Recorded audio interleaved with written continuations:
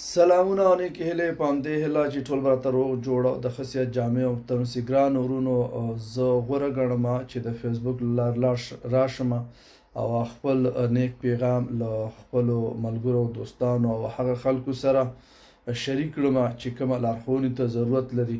لکه څنګه چې تاسو ته پته ده بعضې وخت هغه نصیحت کول هم سرخوږی جوړیږي، هغه شخص ته یې نشي کولی، نو دې دپاره هم دا غوره خبره ده او زما کوشش هم همدا دی همیش به دا اوسي انشاءالله تعالی چې کومه لارښوونه زه کوم هغه به د قرآن او د حدیثو په رڼا کې اوسي او د هغې نه به ثابت اوسي او د خلکو اصلاح به کوو د دې دپاره چې زموږ دپاره صدقه جاریه جوړ شي او زموږ نه په الله راضي شي، نه د دې دپاره چې هغه د نصیحت آداب چې اوسي هغه مو د خپو لاندې کړي اوسي او بس د ځان او د شهرت دپاره یا په ځان په نورو باندې لویول. نه، دا خو عظیمه او کبیره ګناه ده.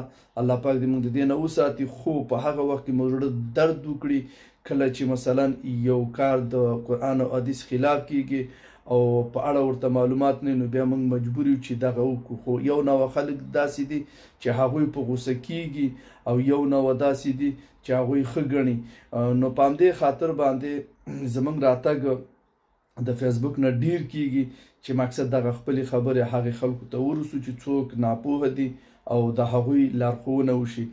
دویمه خبره دا ده، موږ زه خپله شخصا په همدې خاطر باندې چې زه عالم نه یم او مثلا شاید زما په خبرو باندې څوک باور ونه کړی شي، نو په همدغې اساس باندې زه کوي عالمان هم شیر کوم تر څو دغه زما خبره دغې خلکو ته په ثبوت ورسیږي او دو کانې کړی شم.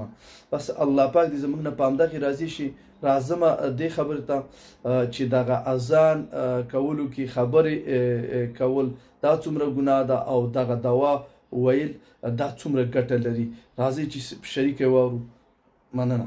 حدیث کې راځي رسول الله صلی الله علیه وسلم فرمایي چې مؤذن کله اذان کې چا د هغه کلمات تکرار کړه، صرف په حي علی الصلاة کې لا حول ولا قوة الا بالله ویلي او بیا وروسته درود ویلي او هغه معلومه دعایي ویلي اللهم رب هذه الدعوة التامة تر اخره پورې، نتیجه به دی چې دې انسان لسما سپارش واجب شو، واجبه د محمد رسول الله صلی الله علیه وسلم سپارش موږ له واجبېږي.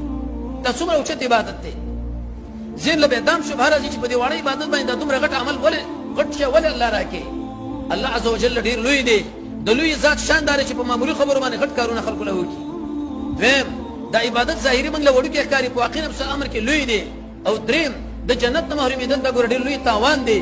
الله عز وجل یو سبب د اسبابو نه ګوري چې فقط موږ تاسو د جنت ته ور داخل شي. دا څومره اوچته خبره ده.